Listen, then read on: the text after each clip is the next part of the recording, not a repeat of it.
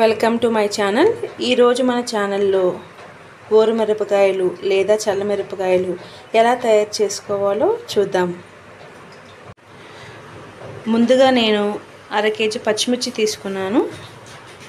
శుభ్రంగా క్లీన్ చేసిన తర్వాత డ్రై అయిన తర్వాత ఇలా సన్నగా కట్ చేసుకోవాలి.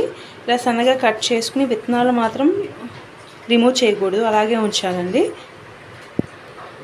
పచ్చిమిర్చి ఇదే సైజ్ తీసుకోవచ్చు లేదా కొంచెం లావుటైనా తీసుకోవచ్చు, కానీ కారం తక్కువ ఉన్న పచ్చిమిర్చి తీసుకోవాలి. కేజీ పచ్చిమిర్చికి అర కేజీ కర్డ్ తీసుకున్నానండి. తీసుకున్న తర్వాత 200 ml వాటర్ మిక్స్ చేయాలి ఈ కర్డ్లో. అంటే పెరుగు అనేది అలా మరీ చిక్కగా కాకుండా పల్చగా కాకుండా నార్మల్గా ఉండేలాగా తీసుకోవాలి ఓరుమిరపకాయలకి. ఇందులోకి పావు కప్పు ఉప్పు వేస్తానండి. సాల్ట్ వేసుకోవచ్చు లేదా ఉప్పు వేసుకోవచ్చు. నేనైతే ఉప్పు వేస్తాను. ఫస్ట్ నేను ప్రిపేర్ చేస్తాను గల్లుప్పు అండి. ఇలా కంప్లీట్గా మిక్స్ చేసుకోవాలి. మజ్జిగలో మిక్స్ చేసేస్తాను. దేనిలో అయితే నేను పచ్చిమిర్చి వేస్తాను దానిలో కంప్లీట్గా మిక్స్ చేసేస్తున్నాను. ఈ ఉప్పు కంప్లీట్గా కరిగేంత వరకు మనం మిక్స్ చేయాలి.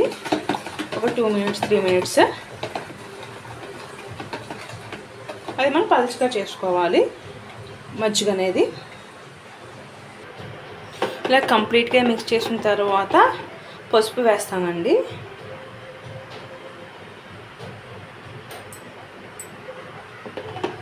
పసుపు కూడా కంప్లీట్గా 1 స్పూన్ పసుపు వేసాను. అలాగే దీనిలోకి మనం వామ్ వేసుకోవచ్చండి. వామ్ కూడా 1 స్పూన్ వేస్తాను. 1 or 1.5 స్పూన్ వేయచ్చు.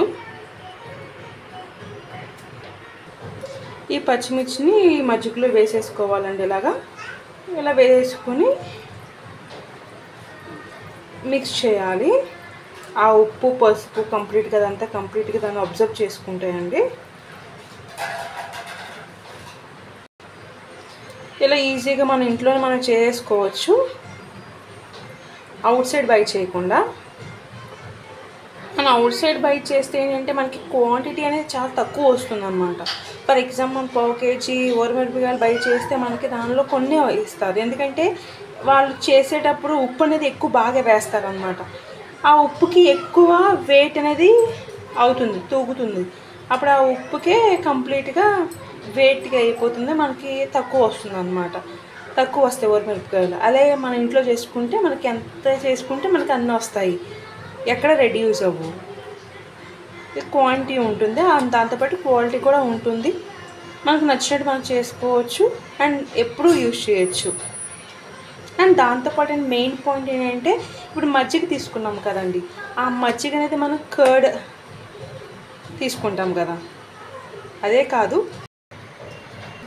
ఈ అంగన్వాడీ పాలని యూజ్ చేయొచ్చు. లేదంటే మనం మేగడ తీస్తాం కదండి, పెరుగు నుంచి వచ్చేది, పాల మీద వచ్చే మేగడ, మనం వెన్నపూస తీస్తాం కదా, ఆ వెన్నపూస చేసిన తర్వాత మనకి మజ్జిగ ఉంటుంది కదండి, ఆ మజ్జిగ కూడా మనం తాగుతాము. లేదంటే ఆ వేస్ట్ చేయకుండా ఇలా కూడా ఈ ఓరుమిరపకాయలు కూడా పెట్టుకోవచ్చు.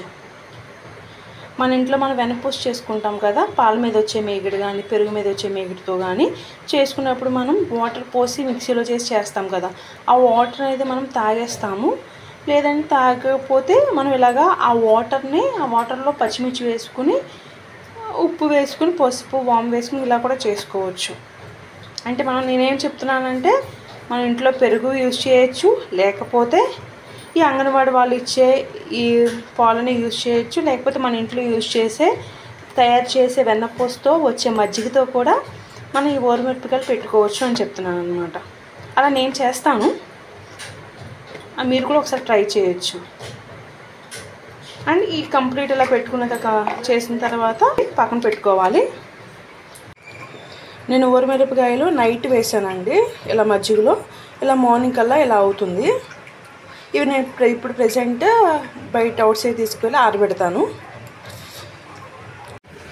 ఇలా మనం ఓరుమిరపకాయలు మార్నింగ్ ఇలా ఎండబెట్టేసుకుంటే ప్లాస్టిక్ కవర్ మీద కానీ పేపర్ మీద కానీ ఇలా ఎండబెట్టేసుకోవాలి. అండ్ మజ్జిగ చూసారు కదండి, ఈవినింగ్ మనం 5-6 ఆ లోపు మనం మళ్ళీ ఆ పచ్చిమిర్చిని ఆ మజ్జిగలో వేసేసుకుని సేమ్ ప్రాసెస్ 2 or 3 days చేసిన తర్వాత మనం ఓన్లీ సపరేట్గా ఆ మజ్జిగ లేకుండా ఒక పేపర్ మీద కానీ లేకపోతే ఒక ప్లేట్లో కానీ మనం ఎండబెట్టుకోవచ్చు.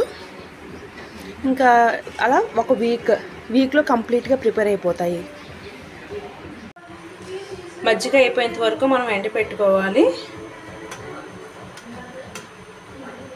లాస్ట్లో మనకి కొంచెం మజ్జిగ మిగులుతుందండి. ఆ మజ్జిగ అనేది మనం వేస్ట్ చేయడం అవసరం లేదు.